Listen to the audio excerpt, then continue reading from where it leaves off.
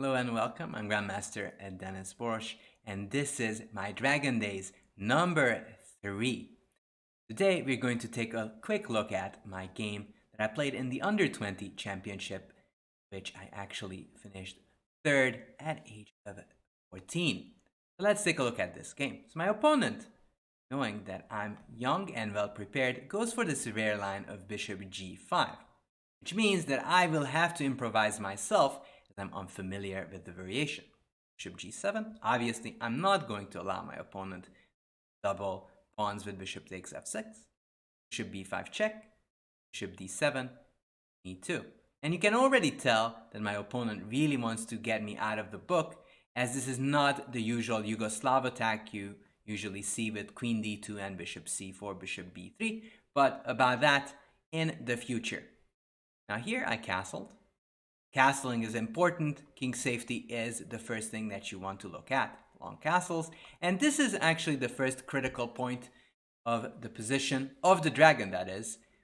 Sometimes the most simple moves aren't just cutting it. So I realized here, if I go knight c6, then there is bishop takes c6, bishop takes c6, and e5.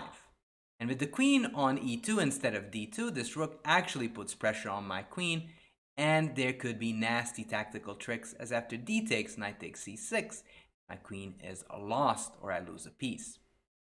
And even if I go knight d5, there's knight takes d5, bishop takes d5, knight f5, and I have to face uncomfortable pressure by white.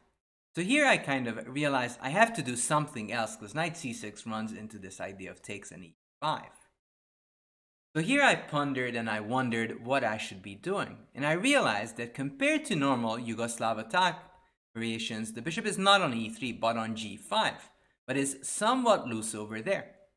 So I realized, hey, if I go queen a5, I not only put pressure on this bishop, but I press on this bishop on g5 as well.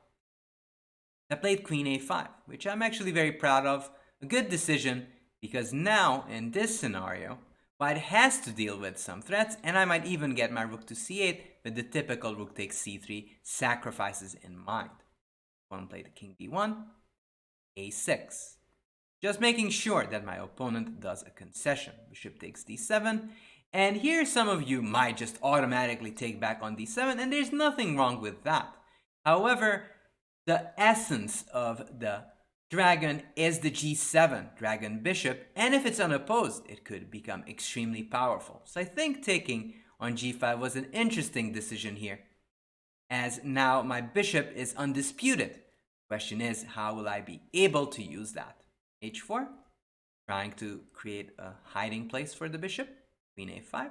Job is done, we're coming back, and we still want to put pressure on this side of the board.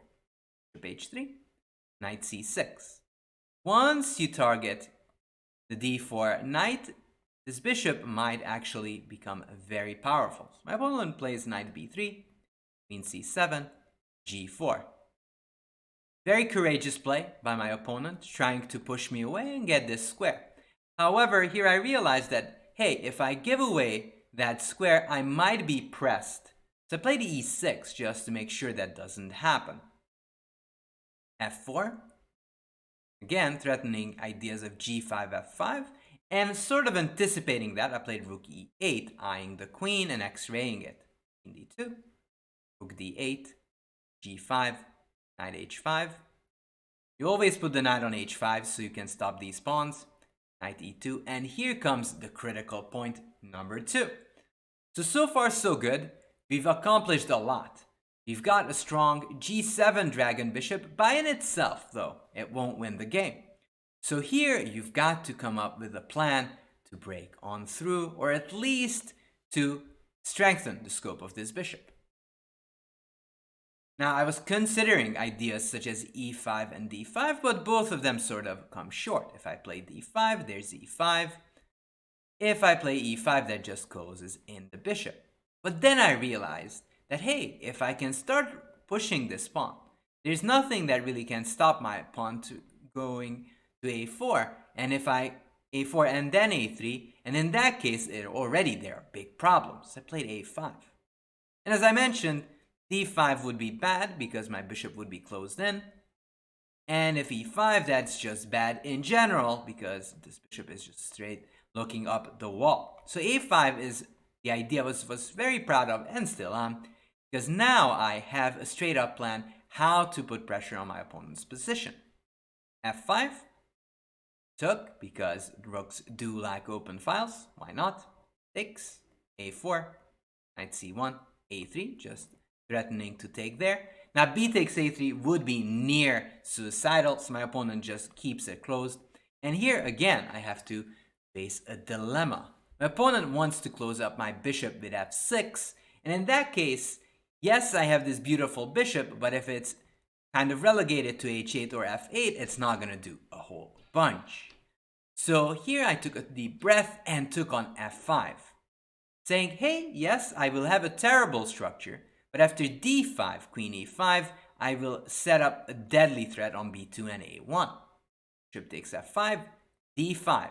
Not only do I threaten queen e5, but I might even start rolling with my d-pawn. c3, d4. Just keep rolling. Just keep on rolling. c takes, knight takes d4, knight takes d4, rook takes d4, queen c2, queen e5, rook e1, and my opponent here thought that maybe if I take on e1, the situation would be great. But after rook e4, there's nothing you can do against this b2 threat and a1 threat. And not to mention that the e1 rook is hanging, and therefore white resigned.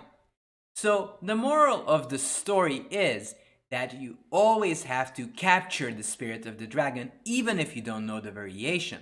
So it's much more important to understand how to activate your bishop on g7 than to actually memorize all the lines. I really hope this was a good guide for you to play this variation of the dragon. Hope you enjoyed this one, and if you have any thoughts and comments about it, just please leave a comment below. Thank you so much for watching, and have a good day or night wherever you are. Bye-bye.